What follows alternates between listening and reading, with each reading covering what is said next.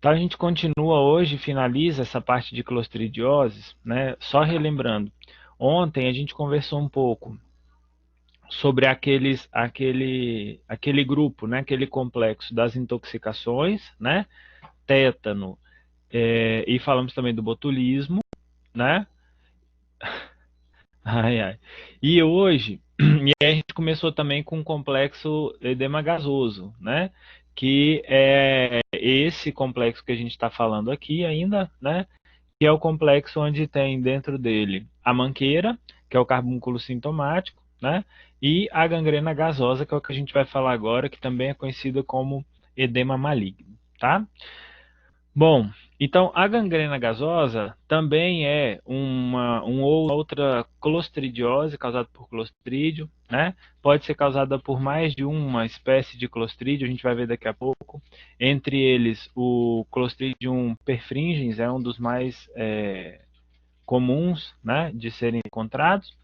Afeta mamíferos e aves, incluindo nós seres humanos, nós somos muito acometidos por essa doença também, né? Principalmente em contaminação de ferida cirúrgica, esse tipo de coisa.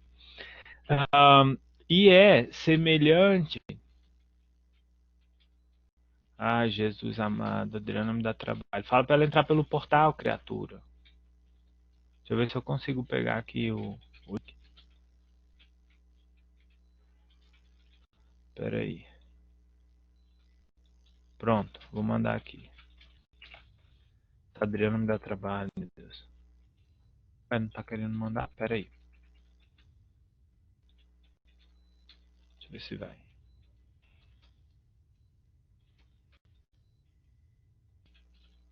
Ué, não tá querendo colar aqui não, ô Ítalo.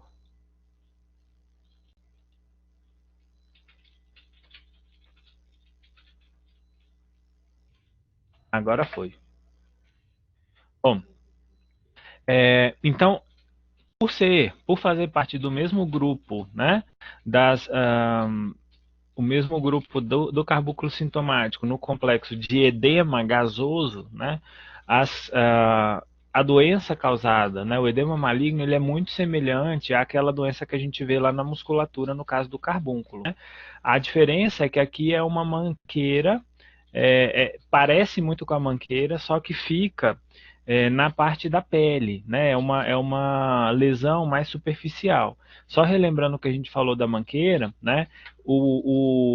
A bactéria começa a se multiplicar ali dentro da musculatura, né? Produz gases, começa a liberar várias toxinas que causam miosite, que causam vários problemas, né? Que levam à degeneração e necrose da musculatura, né?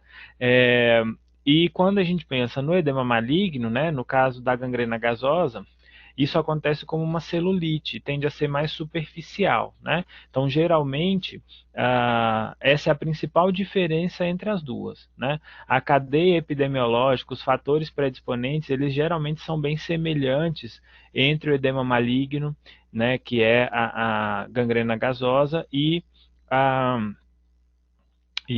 o carbúnculo sintomático, tá? Causado por Clostridium chavou. Então, basicamente, essas são as principais características que a gente tem dessa doença, né? A etiologia, o edema maligno, ele é causado por várias espécies de Clostridium, né? Desde Clostridium septicum, novi. Se vocês lembrarem lá daquela vacina para clostridiose que eu mostrei ontem para vocês, várias dessas aqui estão incluídas lá naquela vacina lá do Orofino. Não fazendo nenhuma propaganda, né? Mas já fazendo. A gente tem aqui também o Clostridium septicum, novi, perfringens, chavô, todos esses estão presentes naquela vacina. Então, quando eu já vacino aquilo para um animal, né, provavelmente eu já protejo contra todas essas doenças, tá? Aqui eu tenho o Clostridium chavô também. O Clostridium chavô, quando ele é daquela forma que a gente falou na aula passada, né? Geralmente por ingestão, né? Quando o animal está nascendo os dentes, ou mesmo por uma inoculação, mas que isso ganha o sistema, ele causa o que a gente chama de carbúnculo sintomático, né? Em caso de infecção exógena, quando a gente tem, por exemplo, uma inoculação, né, numa ferida, por exemplo, o Clostridium chavô também pode causar o que a gente chama de edema maligno, tá? Por que edema maligno? Porque nos sinais clínicos, né, dessa enfermidade, cursa com um aumento de volume e, ao mesmo tempo, uma produção de gases exagerados no tecido, né? Porque essas bactérias, elas são, só relembrando, elas são anaeróbias, então elas fazem fermentação, né? E além de serem produtoras de várias toxinas, também produzem gás durante esse processo, né? Se vocês lembrarem lá da aula de ontem, né, a gente falou sobre o músculo lá, quando a gente corta um pedaço e põe no formol, ele fica boiando pela quantidade de gases que a gente tem ali dentro, tá? Aqui funciona do mesmo jeito, e todas as outras informações, né, todo o resto é muito semelhante ao que a gente viu ontem, tá? Então, por isso a gente não vai repetir tudo aqui de novo. Além dessa doença, né, além do edema maligno, a gente também tem uma outra doença que é desse complexo de lesões, né, que causam lesões citotóxicas, que é Clostridium hemolítico, tá? Antigamente conhecido também como Clostridium novi tipo D. Esse é um tipo de doença que é comum em áreas úmidas e normalmente estão associadas com o parasitismo por facíola hepática, né? Alguém lembra da facíola hepática? Não?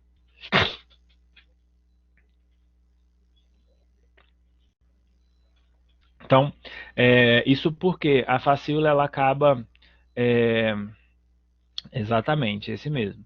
Então a facíola ela acaba fazendo migrações pelo organismo, né, depois de ingerida. Então com isso ela acaba podendo levar com ela essa bactéria para o organismo, né? Normalmente causa uma hemoglobinúria importante, né? E geralmente está localizado nessa porção sul e sudeste do Brasil, tá? O que também acompanha essas áreas onde a gente tem grande quantidade de facíola hepática, tá? Então, assim, a gente encerra esse complexo de edema gasoso, ou seja, todas essas doenças, elas cursam durante o seu desenvolvimento com edema, lesão tecidual importante e produção de gases. Tá? Então são as três: carbúnculo sintomático, né, edema maligno ou gangrena gasosa, e a hemoglobinúria bacilar, que é comum em bovinos e ovinos nessa região sul e sudeste. Tá? E além desses dois complexos, então, das intoxicações e do edema gasoso, a gente tem o complexo das enterotoxemias. Aqui também, dentro desse complexo, a gente tem várias doenças, né? A gente vai comentar um pouquinho sobre algumas delas, na verdade, e tem como característica acometerem ovinos, bovinos e caprinos, né? Então são enterotoxemias. Normalmente esses clostridiums, geralmente perfringens, sordelli ou septicum, né? As três espécies, elas estão envolvidas nessa parada aí das enterotoxemias e têm em comum que a bactéria ela se encontra em condições normais, né, como a gente falou ontem, Clostridium perfringens fica normalmente no trato digestório desses indivíduos, né? E aí a gente tem, a partir desse ato de parasitismo, né, desse Clostridium perfringens, estando nesses hospedeiros, no trato gastrointestinal, a gente pode ter vários tipos de doenças diferentes, né? Então a gente pode ter, por exemplo, enterite necrótica nas aves, a gente vai falar bem rapidinho delas, né? Mastite necrótica em bovinos, e aqui a gente tem algumas das toxinas, né? A, B, C, D e E, né? Enterite em vários animais, como cordeiros, como bovinos, né? Uma doença que é bastante comum, que a gente vai falar um pouco melhor sobre ela, que é a doença do rim polposo em caprinos e ovinos, né? Também faz parte desse, desse complexo das enterotoxemias, né? Enfim, então são várias elas, todas associadas àquelas toxinas que comentou ontem, tá? Algumas causam hemorragia, algumas causam hemólise, outras causam lesão tecidual, né? E aí nisso a gente tem toxinas, né? São enterotoxemias. Então o problema aqui continua sendo a produção de toxinas, tá? A gente vai falar um pouco sobre elas. Para começar, a gente trata sobre a doença do rim polposo. Essas doenças todas, pessoal, eu até deixei o livro para vocês. Esse livro aqui, ó, Microbiologia Veterinária e Doenças Infecciosas, né, do KIM, ele está disponível em PDF para vocês lá no portal e naquela pastinha do OneDrive. E essas doenças todas elas têm aqui, tá? Ele é um livro bem resumido, dá para vocês estudarem por ele, mas caso precisem de mais alguma informação, nos outros livros de microbiologia, por exemplo, a gente tem informações também sobre essas doenças, tá? Então, eu gosto desse aqui, que ele é bem resumidinho, e aí é uma outra coisa a gente precisa complementar em outro livro, mas de maneira geral ele tem tudo, tá? Bom, e aqui a gente tem uma doença que também é chamada de doença de superalimentação, comum em ovinos, principalmente, mas também em caprinos, tá? No Brasil, a gente tem essa doença principalmente em caprinos. Por quê? Isso normalmente está relacionado, né, como o próprio nome aqui sugere, ela é uma doença que é muito relacionada a uma superalimentação ou uma alteração brusca da dieta, tá? E acomete geralmente os rins desse animal, acometendo com uma insuficiência renal aguda ou crônica e muitas vezes levando esse animal a óbito, geralmente acometendo animais mais jovens, tá? Então, esse Clostridium perfringens do tipo D, que é quem causa a doença do rim polposo, né, ou que produz a toxina, ele produz uma toxina chamada toxina epsilon. A gente já vai ver daqui a pouco como é que ela age. E qual que é o problema disso? Essa toxina, ela é ativada por tripsina, né? Então, imagina, eu tenho um Clostridium perfringens lá no intestino, o pâncreas secreta um monte de tripsina, né? E essa tripsina acaba por ativar a toxina epsilon, porque essas toxinas elas são proteicas, né? E como a tripsina digere justamente proteínas, ela vai lá e quebra um pedaço dessa toxina e ativa ela, e aí é onde a gente tem o problema, tá? No entanto, é uma toxina termolábil. O que significa isso? É uma toxina que, com o calor, né, com o tratamento térmico, por exemplo, a gente consegue inativá-la sem nenhum problema. Tá? Então, no Brasil, principalmente, ela é muito comum em caprinos, tá? E a gente vai falar daqui a pouco por que isso acontece. Normalmente, ela está diretamente relacionada com a mudança da microbiota intestinal de uma forma rápida. Primeiro porque essa doença, esse patógeno, ele habita normalmente o intestino, tá? Dos animais e nossos também, tá? E aí o que acontece? Por que também é chamada doença da superalimentação? Quando a gente tem uma alimentação que é diminuída de forma brusca, alterada de forma brusca, ou um animal muito jovem que tem lá ingere muito alimento de uma única vez, né? Ou um animal que ainda está, por exemplo, em amamentação e que mama muito além do normal, né? Isso acaba fazendo com que haja uma fermentação maior no trato digestivo e essa fermentação acaba atrapalhando as bactérias que são benéficas, né? Não só no intestino, mas no caso dos ruminantes, principalmente no rumen. E aí o que acontece? Quando eu tenho, imaginem vocês, né? Eu começo a ter lá um animal que a mudança brusca de dieta, isso é o mais comum de ser visto, né? Eu vou lá e falo assim, nossa, vou fazer um agradinho para minhas cabras aqui. Taco lá um monte de milho, né? Dou milho pra caramba. A gente já falou sobre isso, que o milho ele é cheio de amido, né? E esse amido ele fermenta muito rápido. Se ele fermenta muito rápido, ele vai produzir ácido de uma forma muito rápida. Se ele faz isso muito rápido, esse ácido vai acabar por matar as bactérias benéficas e essas bactérias, por exemplo, Clostridium, né, que é uma gram positiva, vai acabar dominando aquele trato digestivo. Com isso, eu começo a ter, pela fermentação e pela morte das bactérias benéficas, também uma diminuição do trânsito intestinal, né? Eu começo a ter vários outros problemas que fazem com que as bactérias continuem se proliferando, produzindo ainda mais toxina, e essas toxinas vão sendo absorvidas e causando problemas no organismo. Tá? Então, normalmente está associado com esse tipo de quadro. Ou um animal muito jovem que vai lá e come alguma coisa em grande quantidade, ou um animal que tem uma mudança brusca de dieta. Né? Você vai ajudar e você acaba matando o bicho. Mas também está relacionado, pode estar relacionado com verminoses e coccidioses, né? Algumas outras doenças debilitantes que acabam levando à morte da flora intestinal, porque isso acaba favorecendo o desenvolvimento dessa bactéria que, apesar de ser normal no trato digestivo, ela não é muito bem quista ali dentro, tá? E aí, quando a gente pensa na epidemiologia ainda, a fonte de infecção, normalmente todos os animais, né, seres humanos também apresentam isso, elimina nas fezes, né? E o meio de transmissão, normalmente, é um meio de transmissão intrínseco. O que que isso quer dizer?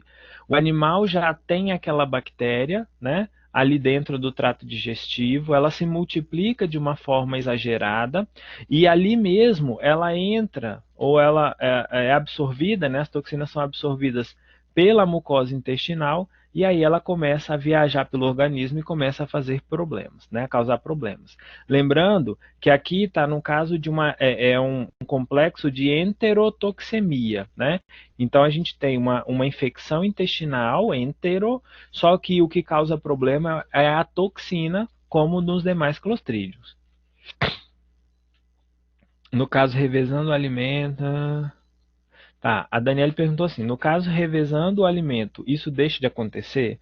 Digo, mistura um pouco com o que o animal estava acostumado e coloca um novo alimento. É exatamente isso que tem que ser feito, Daniela. Para todos os animais, a troca de alimentação deve ser gradual, sempre, né? Por exemplo, às vezes eu estou pensando em começar a fornecer ureia para o animal. Eu vou lá e dou a dose máxima que ele pode comer, eu vou matar aquele bicho, porque ele não é acostumado, né? Por quê? Porque principalmente ruminantes, né, para todos os animais a gente vê isso, mas para os ruminantes de maneira geral, a gente tem um quadro importante que é eles dependem de uma flora microbiana para fazerem seu metabolismo normal.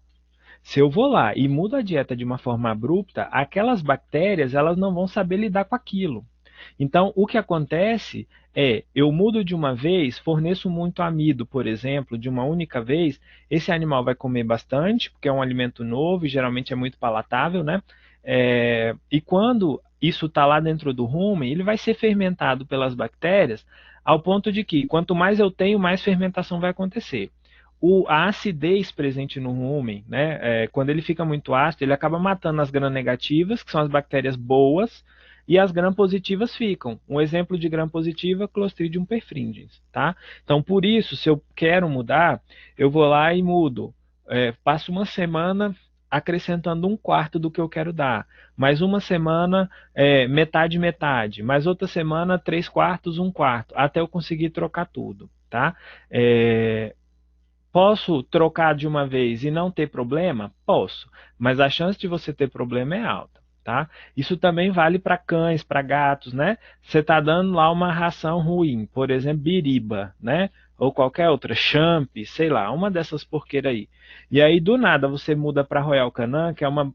E dando a mesma quantidade, né? Você dá lá 1 tonelada de biriba e o bicho come, né? Caga quase tudo, mas come tudo ali. E aí você começa a dar de uma hora para outra a mesma quantidade de Royal Canin. O que, que vai acontecer? A Royal Canin é muito mais concentrada, tem grande quantidade de lipídios, tem grande quantidade de carboidratos, então o animal vai ter diarreia. Por que a diarreia? Primeiro, porque ele não vai dar conta de absorver tudo aquilo, né? E segundo, porque a flora intestinal ela vai ser toda modificada. Em filhotes, isso pode ser um problema, tá? Beleza, Daniele? Então, olha só, pessoal, o que que acontece, ó? Clostridium perfringens está lá no intestino. Lembra que é uma enterotoxemia, né? A infecção está no intestino, mas o que causa o problema é a intoxicação. Beleza. O que que acontece? Aconteceu algum problema que esse Clostridium perfringens se multiplicou muito, né? Foi o que a gente falou. Então, deu uma diarreia, trocou de comida, tem um parasito, alguma coisa fez com que o trânsito intestinal fosse alterado, né, retardado, então esse Clostridium começa a ter muito subsídio, muita comida ali para ele se multiplicar.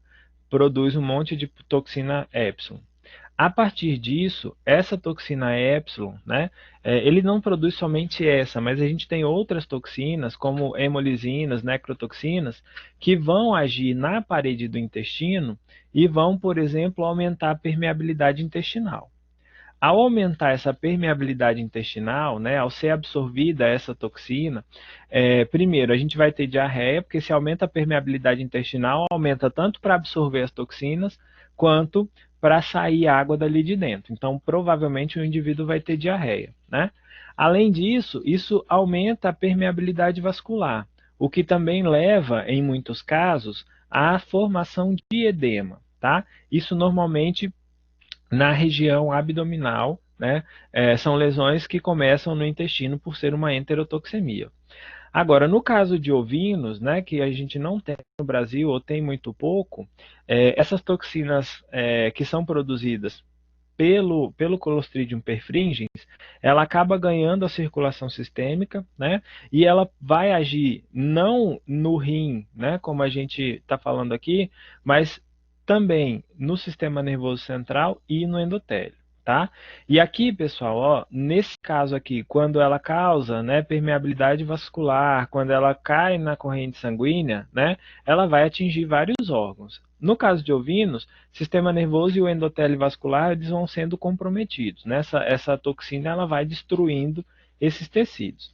Quando a gente pensa em caprinos, eles vão agir alterando também permeabilidade vascular e eles têm um tropismo, no caso dos caprinos, para agirem no rim, que é o que causa o que a gente chama de rim polposo, né? O rim vai aumentar de tamanho, ele vai ficar edemaciado, vai ficar congesto, né? E aí isso leva a um caso de insuficiência renal, tá? Então, basicamente, tudo começa no intestino por algum problema alimentar, né? E que, consequentemente, isso vai levar a um processo inflamatório no local, com diarreia, alteração da permeabilidade vascular e intestinal, e aí isso acaba cometendo o sistema, tá? Então, basicamente, é assim que essa bactéria causa o problema, né? Uma enterotoxemia. E aí a gente pode ter três formas da doença, tá? Depois que o animal tem esses problemas, né, pode ser que ele tenha uma forma superaguda, uma forma aguda ou uma forma crônica, tá? Isso vai depender da idade, geralmente, né? Animais jovens, como por exemplo, aqueles que são lactentes, né, que se alimentam de grande quantidade de leite, né, mais do que o que precisa, esses animais geralmente são acometidos de forma superaguda. Então, geralmente, menos de 12 horas o animal já começa a ter problema, né? E aí, o que acontece? Se a gente for pensar num lactente, né, lá dentro do leite a gente tem muita lactose, né, que é carboidrato puro. Então, se essas bactérias estão presentes ali e eu forneço um monte de açúcar, elas vão fermentar e vai virar o zetelo, né? E aí o que a gente tem? Os animais que eram gulosos, que comiam feito cross, param de comer, tá? Tem uma redução brusca do apetite, começam a ficar deprimidos, a gente começa a ver desconforto abdominal e inchaço da barriga, tá? E o animal começa a ter diarreia profusa com sangue, porque a toxina começa a destruir a parede intestinal, né? E do trato gastrointestinal, isso acaba causando um aumento da permeabilidade. Com o tempo, né, dependendo de quão grave é essa infecção, né, de quão grave é a colonização por Clostridium ali naquele local, o animal pode até produzir tanta toxina que isso pode levar o animal a ter convulsão, por exemplo. A convulsão é mais comum em ovinos, tá? Mas eventualmente pode acontecer também convulsão em caprinos, esses caprinos jovens que são acometidos de forma superaguda, né? Então, por exemplo, eu olho lá um animal, ele está com o abdômen todo distendido, é um animal que ele já não se alimenta mais, né? E apesar dele não se alimentar, diminuir o apetite, ele está com essa pança desse tamanho, né? Tá tudo cheio de gás ali dentro. Lembrando, essas bactérias são fermentadoras, né? E além delas produzirem toxinas, elas também produzem gases, até porque elas fermentam, né? Então, a gente tem o abdômen ficando muito distendido, e isso é um dos sinais que podem sugerir, né, depois de uma mudança abrupta ou de uma ingestão exagerada de alimentos pode sugerir um caso de doença do rim polposo, tá? Na forma aguda, a gente pode ter sinais semelhantes ao da forma superaguda, só que um pouco menores, né? Geralmente é uma doença que tem um curso que vai até 4 dias, então o animal começa a perder o apetite gradativamente, ele começa a ter uma diarreia que pode levar a uma diarreia sanguinolenta, tá? Pode haver caso de desidratação, o animal ele começa a perder peso, né? Opa, eu escutei minha voz aqui. Então o animal ele começa, né, para de comer, ele começa a perder peso, tem uma diarreia que vai evoluindo, pode evoluir para diarreia sanguinolenta, tá? Então é isso numa fase aguda e geralmente até 4 dias depois que eu fiz aquela mudança de alimentação ou que foi feito, por exemplo, uma alimentação exagerada. Nesse caso aqui, pode haver uma autorresolução. Então, o indivíduo ele pode ter uma resolução espontânea desse tipo de quadro, tá? Então, o animal passa abaixo ali uns 2, 3 dias e depois ele começa a responder, mesmo talvez sem um tratamento, tá? No caso, isso também em animais geralmente de jovens até para meia idade, tá? No caso de uma doença crônica, né, a gente começa a ter problemas, geralmente em animais mais velhos, com redução da produção, redução do apetite, diarreia, né, mas que geralmente os animais acabam se recuperando. Então, se a gente for pensar do ponto de vista de... Oi, Professor, oi. tem a ver com o caso daquele. É porque lá na fazenda, quando as vacas leiteiras dão muito leite, o bezerro fica com muita caganeira, muita. A gente tem que dar até um remédio lá para eles sarar a caganeira, para eles não desidratar. Tem alguma coisa a ver? Tem. A gente tem uma enterotoxemia em bovinos também, que pode, né? Uma das causas pode ser isso, tá? Acho que daqui a pouco, se eu não me engano, a gente fala sobre ela, mas exatamente do mesmo jeito. O animal come muito, isso favorece o desenvolvimento, e aí pode dar um quadro semelhante ao que acontece aqui nos bovinos, tá? Aí, geralmente, se é uma diarreia que persiste, aí a gente precisa entrar com tratamento antibiótico para tentar melhorar esse quadro, tá? Mas aí é bom procurar saber se não tem outra causa, né? Se não é parasitismo, o euminto, nematóide pode causar isso, né? Então, talvez pode ser também só um quadro de, o animal comeu muito, não deu conta de digerir, e isso acaba eliminando muita água nas fezes, tá? Mas pode ser sim uma causa. Bom, e aí por que essa doença chama doença do rim polposo? Porque quando a gente vai fazer uma necrópsia, e é importante que a gente faça a necrópsia, né? Tem muitos casos, eu acho que eu falei ontem, mas eu vou repetir. Tem muitos casos em animais de produção que a gente só consegue resolver se a gente pegar um animal e fazer necrópsia. Nem que seja preciso eutanasiar para fazer isso, tá? É aquele negócio do boi de piranha lá, que o povo jogava um boi dentro do rio para poder salvar a boiada inteira. É mais ou menos desse jeito, né? Você escolhe um, geralmente aquele que está mais debilitado, faz eutanásia, ou um que acabou de morrer, e faz a necrópsia dele. O que a gente encontra nesses casos? Então, lembrem-se, é um caso de endite necrótica. Então, a toxina ela começa a alterar a permeabilidade vascular, isso leva a um processo de congestão do intestino, né? Então, quando eu abro o animal e olho para as alças intestinais, eu vejo isso tudo muito congesto, porque teve alteração da permeabilidade e há um extravasamento de sangue. Eu também consigo ver, por exemplo, a presença de edema na região abdominal, tá?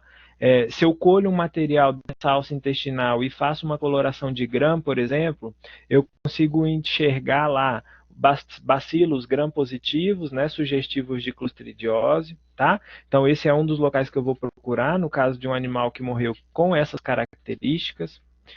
A gente também tem edema pulmonar em alguns casos, edema cerebral, principalmente em ovinos, e o que dá o nome a essa doença o rim, tá? O rim, como é chamado aí, rim polposo, ele tem congestão, ele fica todo congesto e com áreas de necrose, né? Então, olha só, isso daqui são vários cortes de rim, ó. Um rim, vocês já viram lá na anatomia, né? Ele não fica desse jeito, com essa coloração tão escura, né? Então ele vai sofrendo necrose. Então aqui eu tenho um rim mais perto do normal, né? E aqui eu tenho um rim que já está todo detonado, ó. Começa a ter pontos enegrecidos de necrose nesse animal, que é causado por essa toxina epsilon, que acaba ganhando, né, a circulação e vai parando em vários tecidos, entre eles o rim, tá? Então, é muito sugestivo de Clostridium perfringens quando eu tenho esses quadros de um animal, ou casos, né, relatos de animais que vêm com diarreia, depois de uma alteração brusca de dieta, ou animais lactentes, né, que tem um emagrecimento progressivo ou não, né, às vezes é super agudo, mas que passou por um momento de que não quer se alimentar, né? Um animal que fica mais prostrado, pode ter diarreia com sangue. Então, quando eu faço necrópsia, eu também vejo isso, tá? Então, sempre vou procurar. Se eu suspeito de doença do rim polposo, né? De Clostridium perfringens, a gente sempre vai procurar no rim e no intestino, que provavelmente a gente vai ver tanto congestão quanto, nesse caso do rim, pontos necróticos. Tá? E aí a gente faz um histopatológico e consegue visualizar bem todos esses focos de necrose aqui, né? A morte celular e tudo mais, tá? Professor, como é que trata? Em casos superagudos, por exemplo, que o animal parou de comer uma tonelada primeiro de qualquer coisa, né? E aí ele desenvolveu um quadro superagudo, daquele jeito, com timpanismo, com fezes com sangue, com tudo aquilo, é muito difícil a gente conseguir resolver, tá? Porque se chegou daquele jeito, já tem bactéria a danar, já tem toxina para valer ali, e é muito difícil a gente conseguir reverter o quadro, tá? Nos casos agudos, se a gente, em muitos casos eles se resolvem sozinhos, às vezes sem nem tratamento. Mas a intervenção rápida, normalmente com tratamento com antibióticos e um tratamento de suporte, isso ajuda bastante, tá? Então, por exemplo, as oxitetraciclinas são muito utilizadas para o tratamento contra Clostridium perfringens, e aí tratamento de suporte envolve, né, em alguns casos, fluidoterapia, né, alimentação parenteral, fornecimento de suplementação vitamínica e mineral, né, para o animal dar uma ressuscitada, entre aspas, mas basicamente em casos agudos, a gente dando uma forcinha, o bicho melhora bem, tá? Agora, nos casos crônicos, a gente nem precisa tratar. Muitas vezes o indivíduo nem percebe que o animal está doente, tá? Então, acaba sendo muito mais importante mesmo nesses primeiros casos aqui, ó. Quando a gente tem bezerros, né, animais que estejam amamentando ou logo após desmame, que são aqueles animais esfomeados que querem comer grande quantidade de alimento, geralmente muito alimento concentrado, e pode prejudicar nessa flora microbiana, tá? Então, esse basicamente são as possibilidades de tratamento que a gente tem para a doença do rim polposo. No caso de prevenção, né, a gente falou, esses animais, existe vacina, né, é a mesma que a gente falou lá atrás, ela é para bovinos, ovinos e caprinos, ela funciona bem para prevenção nesses animais contra todas as clostridioses naquele esquema que a gente falou, tá? Então, dependendo do fabricante, pode ter esquema vacinal diferente, mas basicamente a gente pode fazer com 4, 5 meses e depois reforço anual, né? E para caprinos, como a doença acaba sendo um pouco mais importante, recomenda-se em locais com alta incidência desse tipo de infecção que esses animais sejam vacinados a cada 4 meses, tá? E para as fêmeas, né, para prevenir problemas lá no futuro, para os animais que estejam amamentando, é recomendável fazer 3 semanas antes do parto, porque daí o filhote absorve anticorpos vindo da mãe e reduz um pouco a probabilidade dele ter algum problema, tá? Então, basicamente, essas são as principais informações dessas enterotoxemias em ovinos, né? Geralmente mais prejudicial em animais jovens. Beleza? Diga, Sandra. essa vacinação, no caso, como é que é? Porque ela é voltada para uma bactéria que já está lá. Ou é Você não estava para ontem, né, toxemia? Como Sandra é que é a Tatiana? vacinação num caso desse? Você não estava ontem, né, Sandra Não, Tatiana? aula, desculpa. Peguei no flagra, hein, Sandra? Quer que eu assista a aula de ontem? Não, mas é o seguinte, mas a sua pergunta é pertinente, né? Eu falei disso ontem, mas eu repito. Nessa vacina, a gente tem epítopos da toxina, certo? Porque o que causa problema é justamente a toxina. Então, a gente tem epítopos dessas toxinas de Clostridium chavô, de Clostridium tetani, de Clostridium botulino, que acabam, esses anticorpos acabam inativando a toxina antes dela causar algum problema, certo? É o mesmo esquema da vacina antitetânica também, né? A gente não vacina contra a bactéria, mas contra a toxina, né? Então, se houver produção de toxina ali, ela é destruída rapidamente, certo? E aí, Sandra, a vacina, ela é polivalente no caso das clostridioses. Então, a gente tem uma vacina só, vai prevenir aí contra 4, 5 enfermidades, dependendo da espécie, né? Então, previne tétano, botulismo, doença do rim polposo, previne contra carbúnculo, previne um monte de coisa, tá? Então, foi o que eu falei ontem, é um barato que sai caro muitas vezes não vacinar esses bichos. Primeiro, a vacina não é tão cara assim que inviabilize a utilização, né? O reforço é anual, e acaba protegendo contra várias doenças que muitas vezes pode levar o animal a óbito, tá? Responde sua pergunta, Sandra? Respondeu sim. Só uma. Eita, tá falhando. Não sei se é só aqui. A mesma vacina não precisa ser sempre voltada para as toxinas. Sandra, você cortou um bocado aqui, depois você ficou falando rápido. Vou tentar escrever.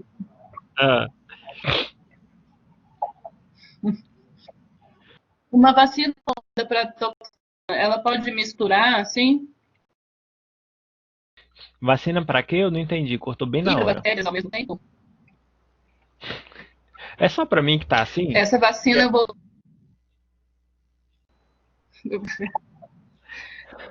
Você começa falando, é que vai...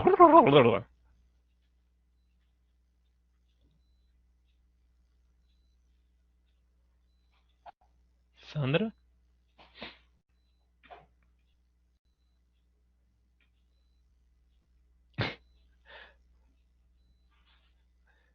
Ela começa, por que essa vacina? Aí eu não entendo nada.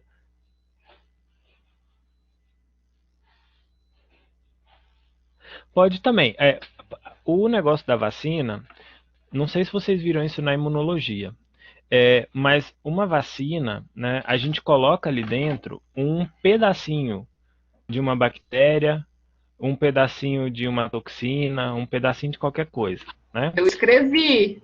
Eu vi aí. A mesma vacina pode abranger toxinas e bactérias, é isso que eu tô falando. E aí o que que acontece?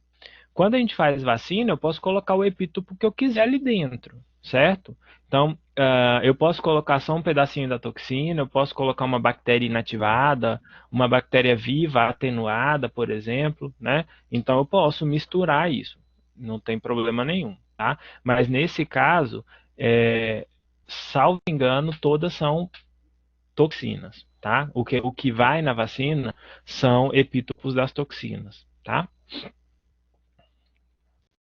Bom, e aí a gente tem ainda nessas enterotoxemias mais algumas enfermidades que a gente vai falar só passando rapidinho, porque tem uma dinâmica muito semelhante a essa doença do rim polposo, né? Assim, o jeito como acontece, né?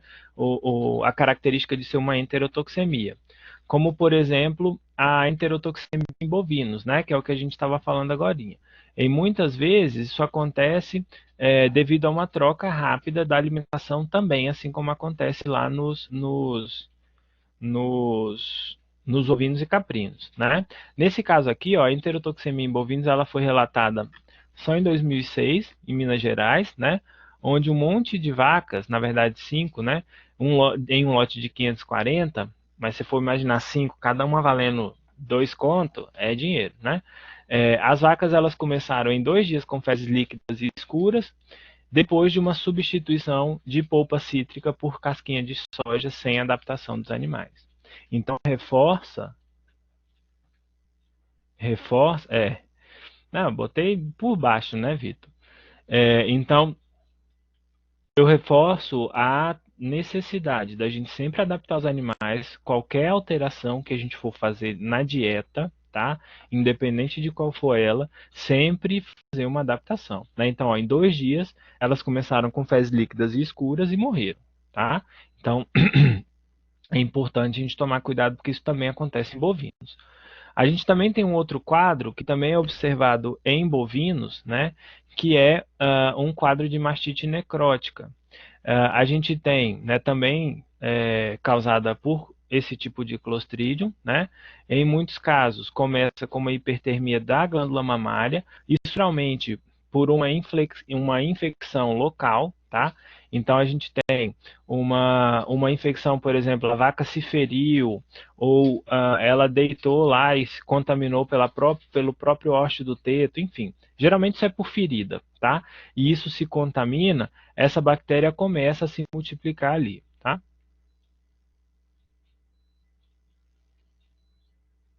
Na fazenda de fezes escuras. Então, fezes escuras, sempre que é fezes escuras tem que tomar cuidado, porque pode ser isso aqui, Daniel. Porque, pessoal, olha só, fezes de bovinos, ela tem que ser esverdeada porque eles comem capim. Se é um filhote, né, se é um bezerro que está em fase de lactação, ela vai ser de amarronzada para amarelada, né, mais ou menos. Se começa a ficar esverdeada, se começa a ficar avermelhada, se começa a ficar preta, é porque está errado. Por exemplo, se está escura, né, igual a Daniela está falando, geralmente fica num tom vermelho bem escuro, como se fosse um sangue pisado, né? Ou mais já tendendo para o negro, né? Quando isso acontece, provavelmente está tendo algum ponto de hemorragia e é assim, ó.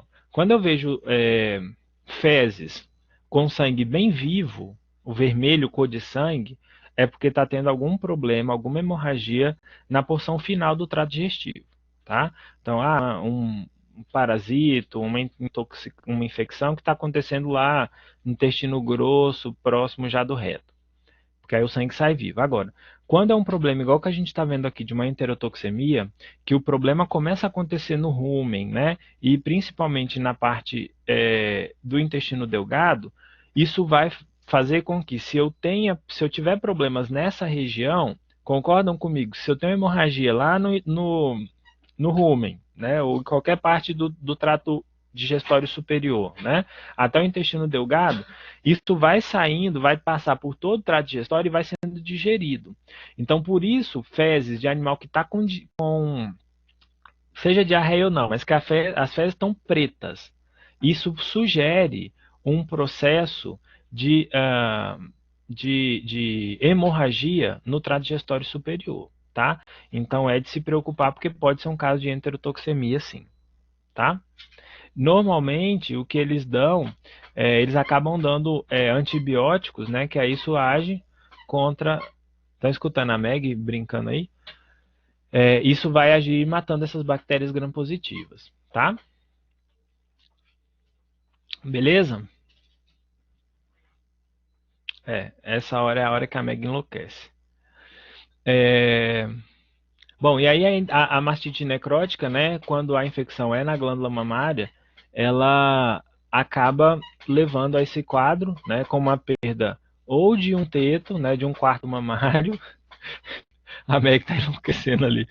Ou de um quarto mamário, ou de um quarto mamário apenas, né? Ou do útero inteiro, em alguns casos. E vai necrosando mesmo. Tem casos da vaca perder todo o teto, né? Em função da ação dessas toxinas aqui nesse local, tá? Então também é Tá, ela tá no 12. Então é um caso de infecção que acaba levando a um prejuízo importante, né? Se eu for pensar numa vaca de alto valor comercial. E aí, por fim, dessas enterites necróticas, a gente tem uma doença muito semelhante também em aves, tá? Nas aves também causa com uma mortalidade elevada, tá?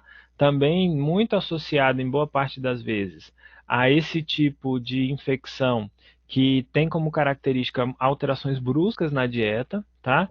E aí muita gente acaba utilizando de forma até mesmo desordenada antibiótico na ração de aves, né? A gente vai falar disso lá em nutrição, dos aditivos. Existem alguns permitidos, né, desde que se respeite um pintinho bomba, um pintinho maloqueiro.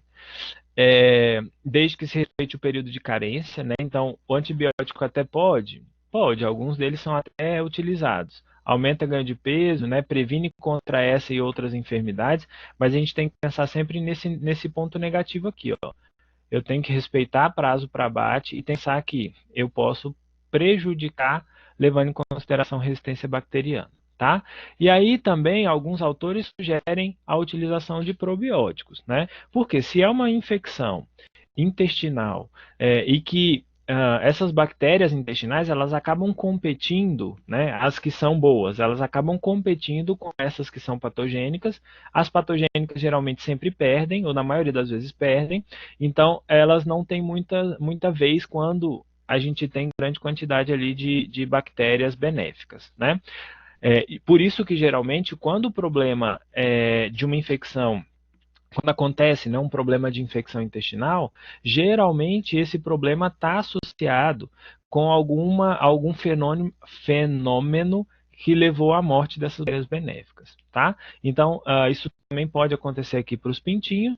A toxina alfa ela pode causar uma destruição importante do trato digestivo e levar essas aves a óbito, tá? E aí, como né, a contaminação acaba sendo do ambiente inteiro, essas aves, várias delas, podem se infectar ao mesmo tempo e aí o estrago é grande, tá? Tudo bem, pessoal?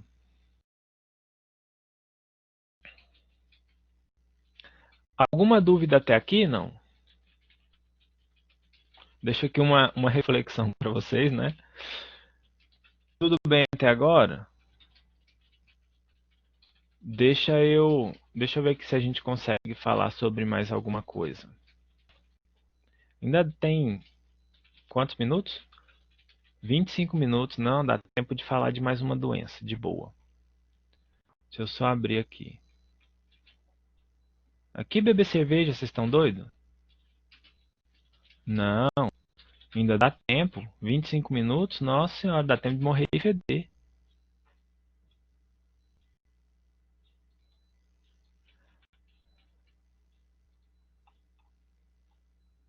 Querer eu até queria, né, mas...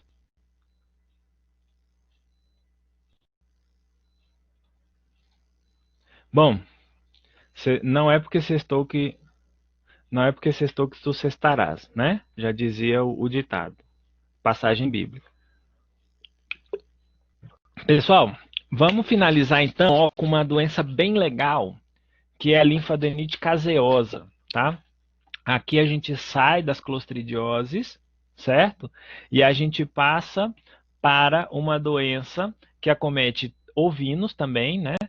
E caprinos, principalmente, esses dois, que também é conhecida como mal do caroço ou pseudotuberculose. Vocês provavelmente já ouviram falar de Corynebacterium pseudotuberculosis alguma vez na vida de vocês. Não lembro se eu cheguei a falar isso na turma de vocês, mas é uma doença que causa tanto prejuízo em ruminantes, que eu resolvi falar um pouquinho dela, mais focado na doença, né? Lá a gente falou do Corynebacterium, bonitinho. Então, a gente vai falar um pouco sobre essa doença a partir de agora, tá? Deixa eu botar aqui. Vai, meu filho. Aí. Bom,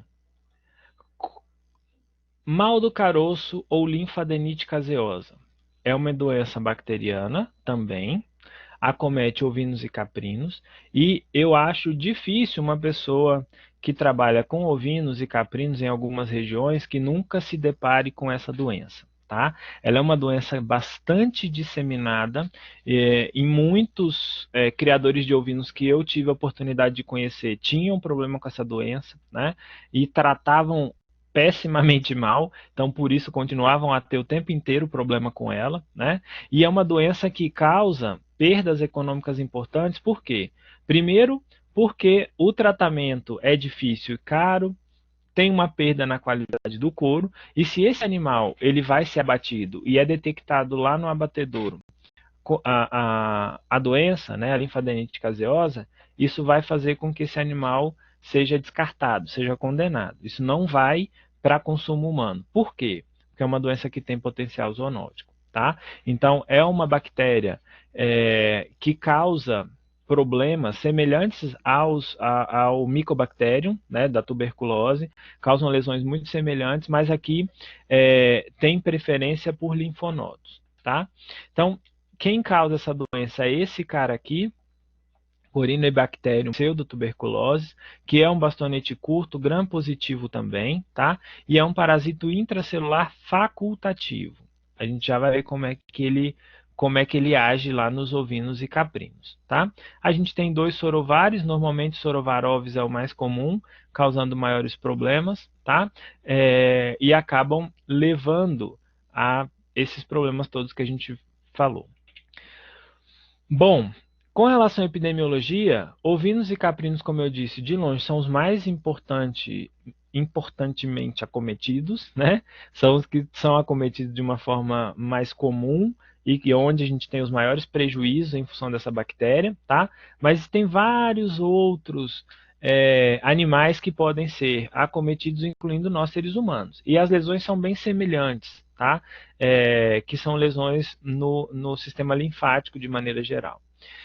No caso de fatores predisponentes, né, ou seja, os fatores que favorecem algum tipo de infecção desses animais, estão as lesões cutâneas, né?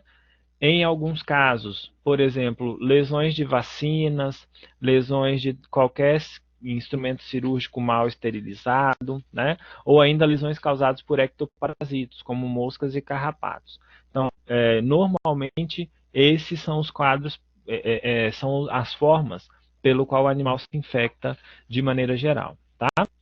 Ou por lesão cutânea, por qualquer que seja a forma, ou por uma lesão causada por ectoparasito, tá? Sempre a fonte de infecção vai ser o animal infectado, né? O animal, ele sempre vai eliminar naquele exudato da ferida, né? O dos caroços que são drenados, mal drenados, isso está bombando de bactéria ali dentro, tá? Mas um fator importante é que esse micro-organismo também pode estar presente normalmente no trato digestivo. Então, ele é eliminado pelas fezes dos animais,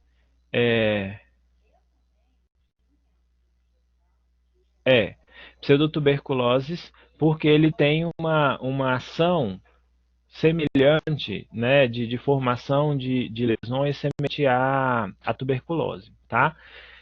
Não que a gente possa confundir, porque a tuberculose também tem um tropismo, muitas vezes, por pulmão, né, e tudo mais. Mas se em linfonodos, né, dependendo do caso, a pessoa pode ser levada, induzida ao erro, tá? Mas, por isso, pseudotuberculoses. Isso, em linfonodos é bem semelhante, tá? O meio de transmissão, geralmente, vetores mecânicos, contato direto ou fômites, né? E a porta de entrada, normalmente, cutânea. O indivíduo também pode se infectar de forma oral, nasal, mas, normalmente, a forma cutânea é a mais comum dos animais se infectarem com linfadenite caseosa, tá? Bom, como que acontece isso? Então, o indivíduo, esse cabritinho bonitinho aqui, ele vai se infectar, né? Por exemplo, o Ítalo é um porco, ele vai fazer uma vacinação lá e não toma nenhum cuidado, a seringa cai no chão, ele pega, dá uma passadinha na calça e continua o processo, né? E aí nisso ele inocula, né, nos animais uma tonelada de Corynebacterium pseudotuberculose. O que acontece? Primeiro, sem xingar o coleguinha. Primeiro, o que acontece? Há uma tentativa do organismo em controlar o processo infeccioso, né? Então a imunidade inata, as células do sistema fagocítico mononuclear, elas vão começar agir nesse sentido, tentar controlar a infecção, o que não dá certo.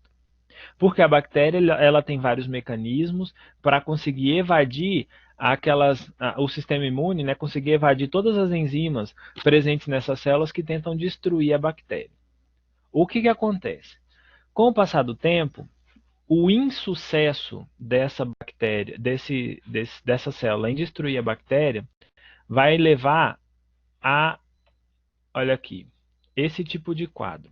Então, no meio aqui, a gente tem a célula que fagocitou primeiro, ela tentou fazer a parte dela, não deu certo, a bactéria começa a se multiplicar naquela célula, essa célula morre, se rompe, e esse antígeno, essa bactéria que está em vermelhinho, ela começa a se multiplicar. E conforme ela vai infectando novas células, isso vai lesando, né, levando a um ponto de necrose nessas células que estão adjacentes.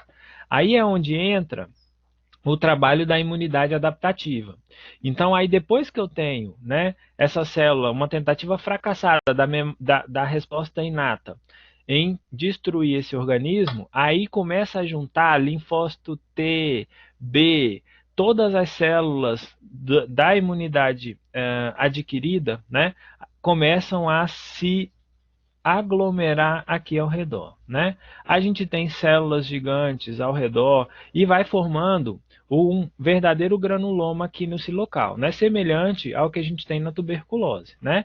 Então vai se aglomerando um monte de célula, a bactéria continua se multiplicando, adoidado, vai matando mais células adjacentes, o que atrai mais células, isso vai virando uma bola de neve. O que acontece é que nesse processo infeccioso, né, vão sendo formadas camadas e camadas e mais camadas de células ao redor disso, o que dá um aspecto da lesão, quando a gente faz um corte, parece uma cebola. Olha só, o foco de infecção ele começa num lugar e as células vão se aglomerando, morrendo, aglomerando, morrendo, aglomerando, morrendo, e vão formando um abscesso cheio de pus amarelado a esverdeado, que ficam normalmente dentro dos linfonodos. Podem acometer algum outro local, algum outro órgão linfático? Até podem, tá? Geralmente, esses abscessos eles são formados em pulmão, linfonodos, fígado, baço, tá? E geralmente o que a gente vê, né, são linfonodos, por exemplo, na região submandibular, poplíteo, né, na região de membros, axilares, também a gente consegue ver bem quando eles estão aumentados, mas o pior é que tem muitas vezes que os abscessos são formados no interior do abdômen desse indivíduo, né? Então, em alguns casos, a gente vê, por exemplo, nesse caso aqui foi um linfonodo que já, criatura, foi um linfonodo que já rompeu, né? A gente vê que tem uma ferida, né? Uma lesão aqui nesse local. E o que é o pior? Quando esses linfonodos se rompem, né? Espontaneamente ou não, todo esse conteúdo que está lá dentro, que é fruto dessa infecção, ou seja, aqui eu tenho um pus altamente denso, né? Com grande quantidade de células inflamatórias, mas eu tenho também uma grande quantidade de bactérias, né? Então, esse abscesso, essa inflamação, esse granuloma que é formado aqui, ele acaba sendo uma fonte de infecção importante para os animais, né? E aí o que tem muita gente que faz? Que tá querendo cestar. O que tem muita gente que faz? Olha só. Lembrem-se, isso daqui, meu povo, é uma zoonose, tá? Então, ó, a criatura está drenando isso aqui dentro de uma bacia, talvez é a bacia que ele usa para lavar uma roupa ou para cozinhar alguma coisa, né? Tá mexendo com o negócio sem luva, olha que bonitinha a mão dele, toda ensanguentada, cheia de pus, né? A bacia de lavar alface, de lavar arroz, né? Então, lembrem-se, aqui dentro eu tenho, além desse sangue, desse pus, né, que são um monte de células inflamatórias, eu tenho bactéria a rodo. É um conteúdo altamente contaminado. E eu preciso tratar isso. Parece um leite condensado, né? Aí a pessoa vai lá e só joga uma água, não passa nem um sabão na mão, né? Então, a drenagem, quando feita, ela tem que ser feita dessa forma, com total antisepsia, né? Não é utilizando o mesmo canivete de descascar laranja, né? Que a pessoa carrega lá, descasca a laranja, aí eu já vi, gente. O povo corta isso daqui, ó, com o canivete, o mesmo que descasca laranja, que descasca uma cana, né? Para chupar lá no meio do pasto. O negócio é meio tenso, tá? Que limpa a unha é mais ou menos desse jeito, né? Então, ó, a gente vê vários linfonodos acometidos, né? Sempre com essa formação de pus que tende a se tornar cada vez maior, geralmente, né? Na tentativa de destruir a bactéria e não consegue, né? Então, aqui eu tenho um inchaço, ó, no linfonodo submandibular. Isso é um caprino, né? Para quem não está entendendo, aqui está a orelhinha dele, né? Aqueles apêndices que eles apresentam assim, a barbichinha dele. E aqui eu tenho um linfonodo gigantesco, tá? Então, quando eu penso em diagnosticar, se eu vejo esse aumento de linfonodo tão grande assim, isso já é uma sugestão de que pode ser linfadenite caseosa, tá? Então, o primeiro passo para o diagnóstico é justamente o diagnóstico clínico. Eu começo a ver vários animais com inchaço em regiões de linfonodos, tá? Professor, posso fazer usar algum outro método diagnóstico? Posso. A gente tem também, por exemplo, posso pegar esse conteúdo e tentar fazer um isolamento dessa bactéria, tá?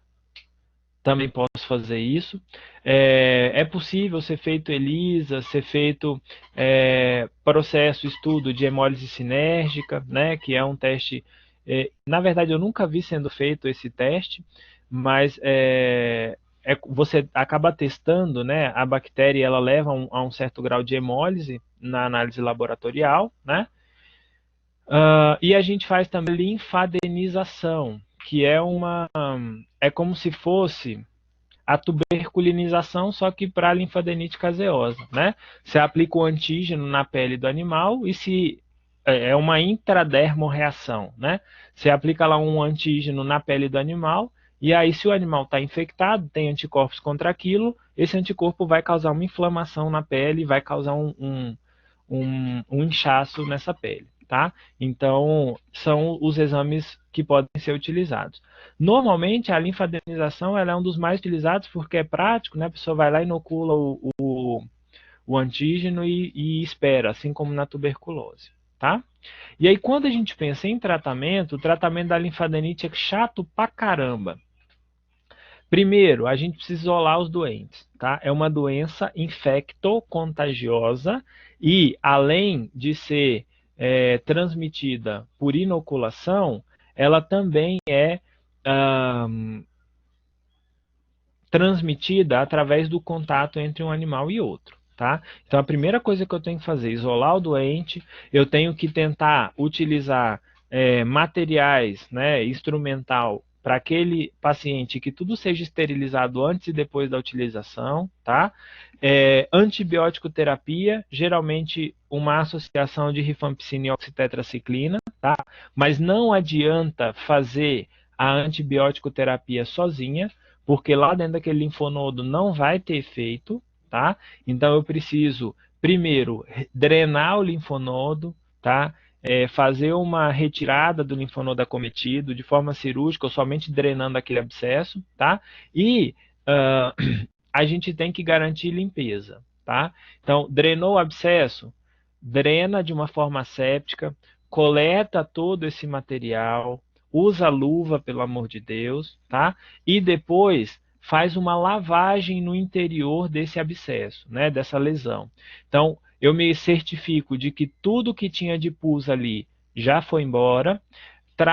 Podemos tratar com iodo, podemos tratar com permanganato de potássio, tá aqui, ó, deixei aqui para vocês a diluição, né? Pode tratar com água oxigenada, né? Porque é uma bactéria anaeróbia também. Então, de qualquer forma, drenei o abscesso de forma séptica, faço uma limpeza do local, né?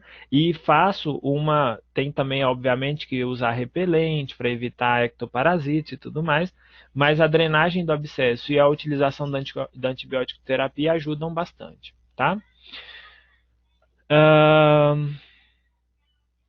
Bom, e aí, alguma dúvida, pessoal, até aqui ou tá de boa? Vocês só estão querendo ir embora, né? Tá bom. É... Não, que sextou. E por último, para a gente finalizar, graças a Deus, né, a prevenção. Então, primeira coisa, vou comprar, faz um exame para saber se aquele bicho não tem ou, né, está portando essa doença, porque acaba sendo uma doença que leva a um prejuízo importante. Segundo, diminuir fatores predisponentes.